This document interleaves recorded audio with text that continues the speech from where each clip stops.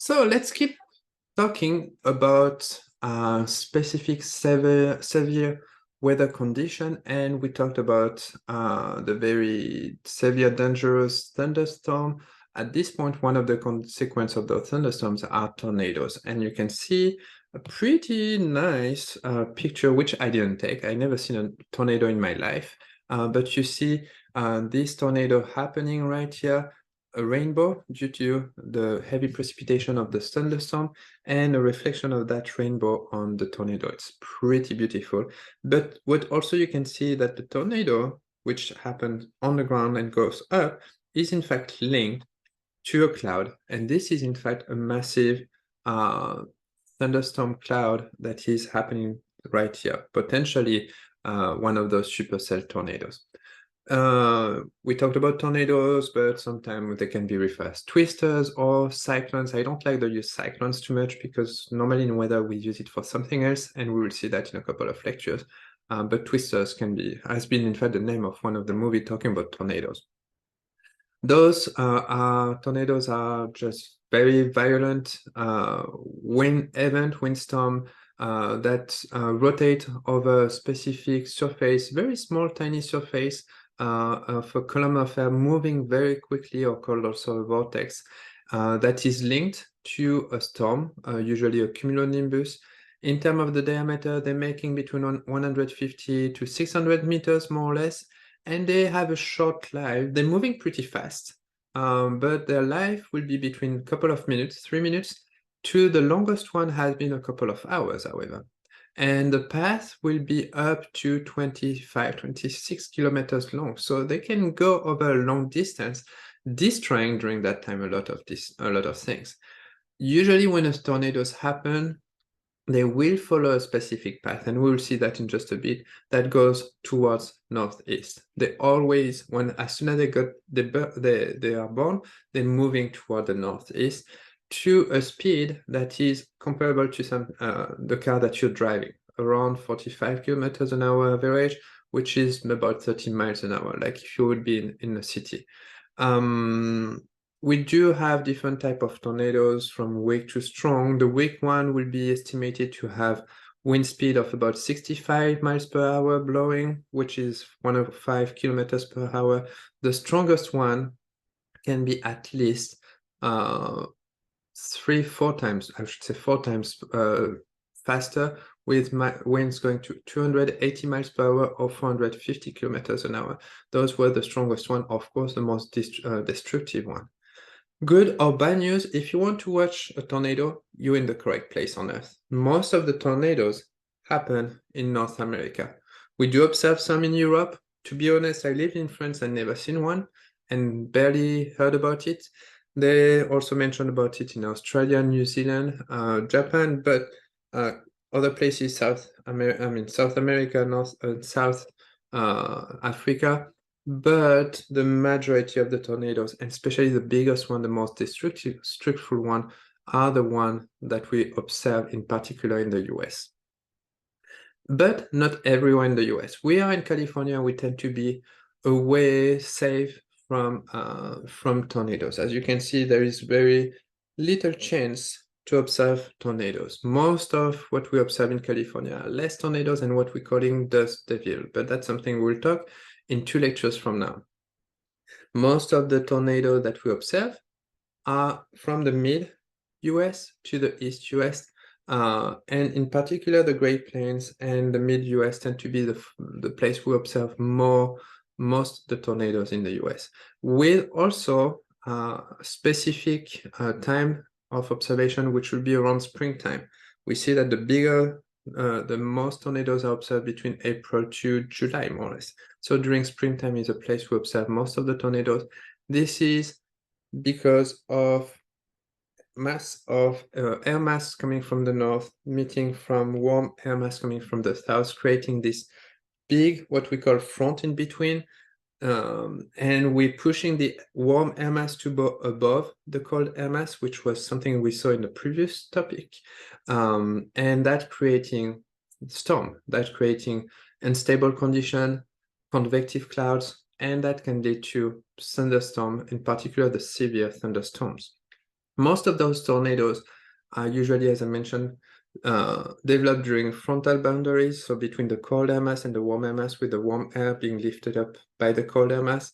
And they will be associated with the severe thunderstorms, squall lines, what we call the multiple cell cloud storm, or MCC, the supercells, or sometimes tropical cyclone, when we have a depression coming from the tropics also can create those thunderstorms. And so we have a pretty good idea of their characteristics, their location. However, the formation is tricky, and we are not yet fully aware about the characteristic of the formation of the tornadoes, which make them very difficult to predict. We don't know, we are not sure where they will be formed, how, the location, and so prediction of tornadoes is something that is not, for now at least, happening. So tornadoes only are detected once they're alive, and since they have a short lifetime, it's very tricky to warn people, to warn the population, and to act very briefly. The most dangerous tornadoes are the one linked to supercell thunderstorms, because they are the most severe thunderstorms that we can observe on Earth. So those are associated with the most destructive tornadoes. And I'll let you watch this little movie to kind of summarizing everything about tornadoes and giving you a little bit of more information than I already gave you. Tornadoes. Tornadoes are among the most intense of all cyclonic storms. Once developed, they are a rapidly whirling vortex with wind speeds that can approach 450 kilometers per hour, 300 miles per hour. Many tornadoes develop in association with thunderstorms and the strong updrafts that are found within large cumulonimbus clouds. As the animation begins, we see that because of greater friction near the ground, surface wind moves more slowly than high elevation wind. Notice that the faster winds aloft cause the air to spin along a horizontal axis parallel to the surface. If this rotating air is lifted by the updrafts in a developing cumulonimbus cloud, this spinning air may be tilted into a vertical column of rotating air. Rotation within the cumulonimbus cloud may develop into a mesocyclone, a cyclonic wind circulation pattern with a diameter of up to 10 kilometers, 6 miles. As strong updrafts continue, wind speeds within the mesocyclone increase. Heavy rain, hail, and lightning often result. It is from a mesocyclone that a funnel cloud may appear. When one of these rapidly spinning funnel clouds touches the ground, a tornado is formed. Okay. Because of its very short lifespan, the fact that we are not able to predict tornadoes, we have no way in some way to measure the intensity of the tornadoes. And so the way we provide an intensity of the tornadoes is through a scale called the Enhanced Fujita scale. That's the scale for tornadoes. And this scale is based on the amount of damage being created by tornadoes. So we have some experts. When the tornado has passed, the experts are going to the sites and they're looking at the damages they can observe from that after the tornado passed. And based on their observation, as we can see, they estimate the intensity of the tornadoes. The intensity of the tornadoes has been linked to a specific amount of wind speed and amount of damages. One of the most recent destructive tornado that has happened was in Oklahoma in May 23rd, 2013, was Tornado Moore with an estimated scale of EF5. You see that, in fact, this is the highest level of magnitude for tornadoes. It's going from EF0, 1, 2, 3, 4, 5, and stop at 5. So that was the most powerful tornado type we could find, or we could observe.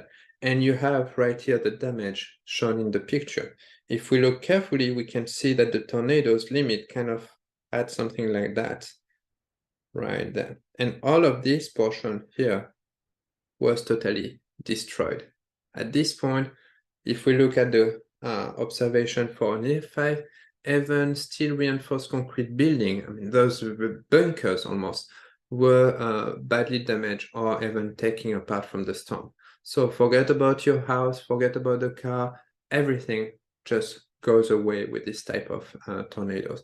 And you see also the locality, the scale of that tornadoes is very little, as you see the damage happening here and the house being found just on the side. So unfortunately, those people were unlucky in comparison to those one here. It's really just a matter of randomness, unfortunately.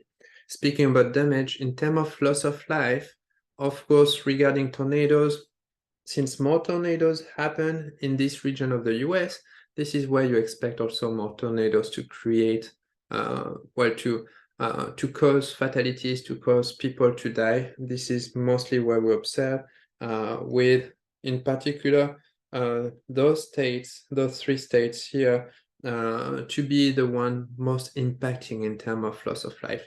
Luckily, the amount of tornadoes, the majority of the tornadoes we observe tend to be weak tornadoes, creating less damage and creating or causing less death. And then the strongest tornadoes are the least observed one. Those are the ones, unfortunately, causing the death of more people. But we observe, at least this is something expected, a decrease of the strength of the tornadoes based on the frequency. We observe more weak tornadoes than strong tornadoes, which again comes from the fact that to observe a strong tornadoes or violent tornadoes, you need to have very, very specific condition of weather with a lot of moisture, with a big instability, big lifting up of the air, and especially a lot of shear, a lot of gradient of wind from the ground to the high elevation. So this is something that we will see also with hurricanes.